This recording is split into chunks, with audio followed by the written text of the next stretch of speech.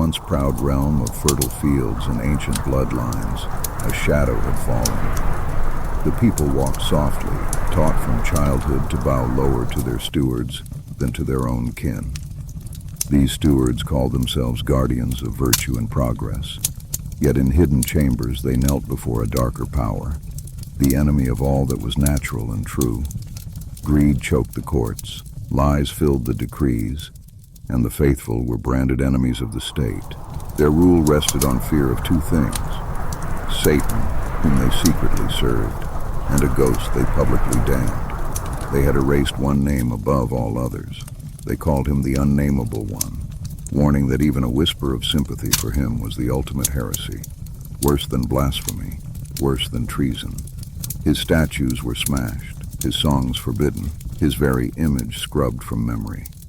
Thus the kingdom lived under double tyranny, open fear of the ghost and hidden worship of darkness. 100 years earlier, a warrior of pure stock and iron will had taken the crown. Seasoned in foreign wars, he spoke with a voice that stirred the blood of his people. Sind die assignment fine? Did I have wine? Bucknell. He saw his folk ground down by usurers, corrupt nobles, and foreign influences. With fierce justice, he broke their grip. He lifted the burdens on the humble, curbed the excesses of the greedy, restored honesty to the halls of power, and kindled a new spirit of unity and strength. For a brief shining decade, the kingdom flourished. Factories hummed, the folk held their heads high, and children were taught pride in their heritage rather than shame. The people said, "At last, a king who fights for us." His enemies beyond the borders trembled, for his example threatened to spread. But the neighboring powers, jealous of this awakening, formed a vast alliance. 3 to 1 they came, with steel and gold arrayed against him. In open battle, his valor nearly prevailed, yet betrayal from within and overwhelming numbers turned the tide.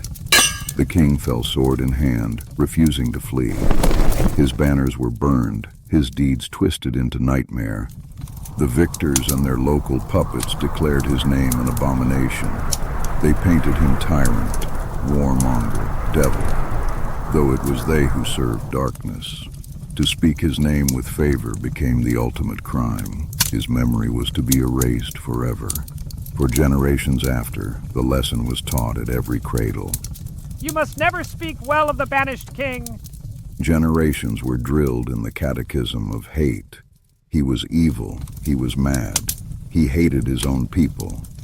Priests, teachers, and heralds repeated it endlessly. Meanwhile, the rootless cosmopolitans grew fat on usury and degeneracy, all while trembling at the mere idea of his return. Yet in hidden corners, small circles kept the flame alive. They quoted his speeches and the 1,000-year vision that was cut short.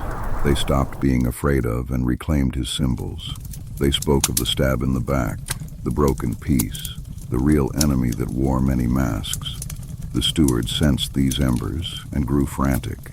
They saw his ghost everywhere, in every call for unity, every defense of tradition, every rejection of their new order. In a quiet town lived young Corey, restless and clear-eyed.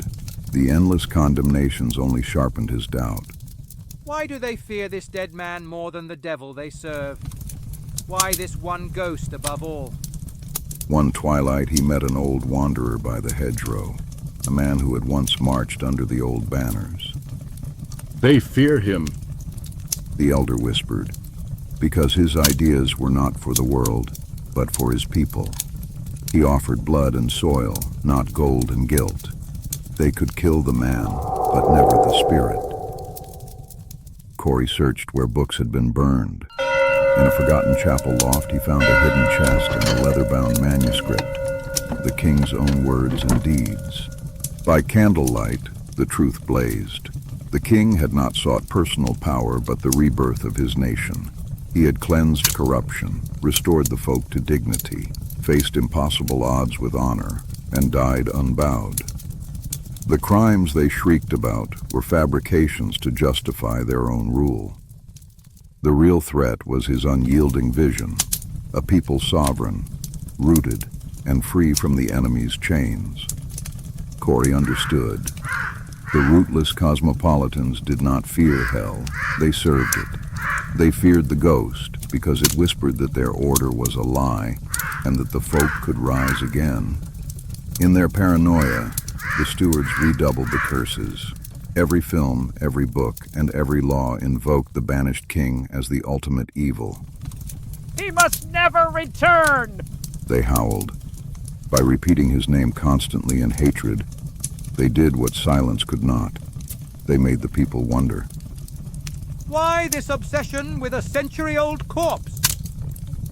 Some began to ask. What power still lingers that they must daily exorcise it? Whispers grew. His quotes circulated faster. The ghost stirred. Thus the rulers, in their frenzy to bury the ghost, only magnified him. Their terror revealed the truth they most wished hidden. The Banished King had been the light they could not tolerate.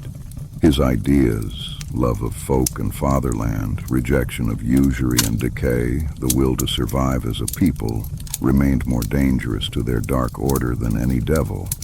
And the people learned a lesson that outlives kingdoms. The truth fears no investigation, and that which causes your enemies to howl are what they fear most deeply.